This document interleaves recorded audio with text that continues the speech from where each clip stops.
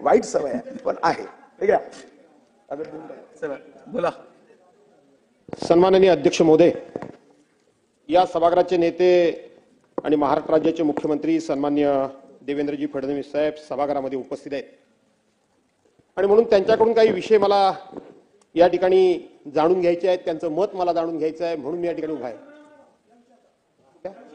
हा ठीक आहे ठीक आहे ठीक आहे. या संदर्भात तुम्हाला या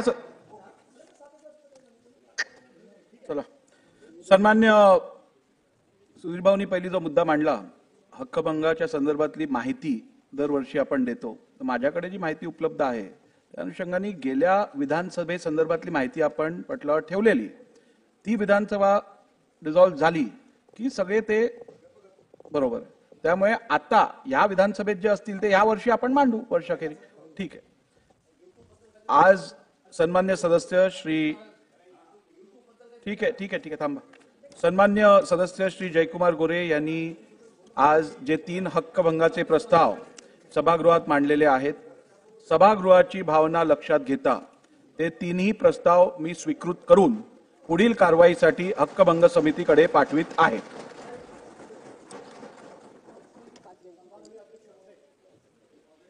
सन्माननीय अध्यक्ष महोदय, या सभागृहाचे नेते आणि राज्याचे मुख्यमंत्री सन्माननीय देवेंद्रजी फडणवीस हे सभागृहामध्ये उपस्थित आहेत आणि म्हणून त्यांच्याकडून काही मला खुलासा अपेक्षित आहे, त्यांचं मत देखील मला जाणून घ्यायचं आहे. आपल्या महाराष्ट्र राज्याच्या मराठी भाषेला अभिजात भाषेचा दर्जा मिळाला. कालच्या राज्यपाल महोदयांच्या भाषणामध्ये सुद्धा त्याच्यामध्ये त्याचा उल्लेख आहे. महाराष्ट्र राज्याची संस्कृती परंपरा ही आपल्या सर्वांना माहिती आहे. आपण देखील आपण महाराष्ट्र राज्याचे नागरिक आहोत म्हणून खूप अभिमानानं बोलत असतो आणि अभिमान असलाच पाहिजे. हा महाराष्ट्र 106 जणांच्या 6 हुतात्म्यांच्या हौतात्म्यातून आपल्याला मिळालेला महाराष्ट्र आहे. माझा मुद्दा असा आहे की 2च दिवसापूर्वी कालच या महाराष्ट्रामध्ये एक सुरेश उर्फ भैयाजी जोशी यांनी घाटकोपरच्या एका सभेमध्ये सभागृहामध्ये निवेदन करताना त्यांनी असं सांगितलं की या महाराष्ट्रामध्ये प्रत्येकाला मराठी बोलता आलीच पाहिजे, याची काही आवश्यकता नाही. त्यांनी असंही सांगितलं की या महाराष्ट्रामध्ये वेगवेगळ्या भागाची वेगवेगळी भाषा, मुंबईमध्ये महाराष्ट्राची नाही सॉरी मुंबईमध्ये वेगवेगळ्या भागाची वेगवेगळी भाषा असू शकते आणि म्हणून ही मराठी भाषा सर्वांनाच आली पाहिजे, सर्वांनी बोलली पाहिजे, याची आवश्यकता नाही. त्यांनी असंही सांगितलं की या घाटकोपरमध्ये मी ज्या ठिकाणी संबोधित करतोय त्या घाटकोपर एरियामध्ये गुजराती समाज जास्त आहे, त्यामुळे ही भाषा मराठी असण्याची आवश्यकता नाही, गुजराती असली पाहिजे किंवा असली तरी हरकत नाही, अशा प्रकारचं विधान केलं. त्यांनी असंही सांगितलं की त्यांच्या मागे कोणतरी सद्ग्रह बसले होते आणि त्यांनी नाव घेतलं की दिलीपराव याच्याकरता म्हणून तुम्हाला मराठी आली पाहिजे, असं काही बंधनकारक नाही असं सांगितलं. मला मुख्यमंत्री महोदयांना विनंती करायची की एका बाजूला आपण महाराष्ट्रामध्ये प्रत्येक कामकाज हे मराठीमध्ये चाललं पाहिजे म्हणून कायदा आपण केलाय, त्या कायद्याची अंमलबजावणी करण्याकरता आपण प्रयत्न करतोय. दुसऱ्या बाजूला आपण महाराष्ट्राच्या या मराठी माणसाला अभिजात भाषेचा दर्जा मिळाला म्हणून आपण खूप मोठ्या प्रकारचा सन्मान वजा उदो कार्यक्रम वगैरे आपण सगळे करतोय. आणि मग अशा पद्धतीनं महाराष्ट्रामध्ये वेगवेगळ्या भाषांमध्ये अशा पद्धतीनं मराठी भाषेचा अपमान करणं, मराठी भाषा महाराष्ट्रामध्ये सर्वांना आली नाही तरी चालेल अशा प्रकारचं विधान करणं, या संदर्भामध्ये आपली भूमिका काय आहे एवढंच फक्त मला जाणून घ्यायचंय.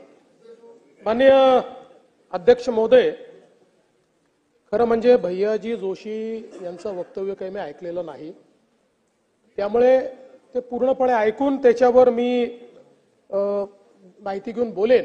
पण आपची भूमिका काय आहे किंवा सरकारची भूमिका काय आहे? सरकारची भूमिका पक्की आहे. मुंबईची, महाराष्ट्राची, महाराष्ट्र शासनाची भाषा मराठीच आहे.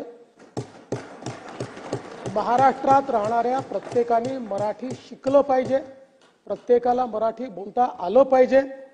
आणि खरं म्हणजे या माझ्या वक्तव्याच्या संदर्भात भैयाजींचे काही दुमत असेल असं मला वाटत नाही. तथापि मी पुन्हा एकदा शासनाच्या वतीनं सांगतो, मुंबईची भाषा मराठी आहे, महाराष्ट्राची भाषा मराठी आहे.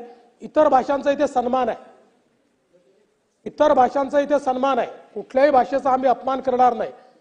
कारण जो स्वतःच्या भाषेवर प्रेम करतो तोच दुसऱ्याच्या भाषेवरही प्रेम करू शकतो. त्याच्यामुळे तो सन्मान आहेच. आणि म्हणून शासनाची भूमिका पक्की आहे, शासनाची भूमिका मराठी आहे. घ्या लक्षवेधी घ्या. 5 लक्षवेधी क्रमांक महोदय, मी मुख्यमंत्री महोदयांचे आभार मानतो की त्यांनी त्यांची भूमिका स्पष्ट केली आणि हेच आमचं पण म्हणणं आहे. आता आपण पुढे एक गेलो आहोत, मिनिट, मी आभार परत ते मानतोय. सगळेच चालू करणार. अध्यक्ष महोदय, नंतर आभार घेऊ आपण. मानू दे, आभार मानू दे. अध्यक्ष महोदय, मराठीच्या विषयावर आभार मानतोय. 1 मिनिट बोलू द्या.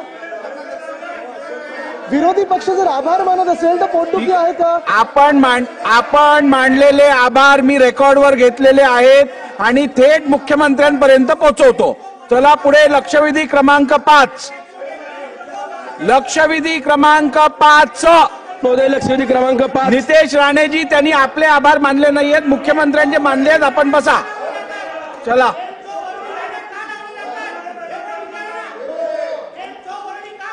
लक्षवेधी क्रमांक 5.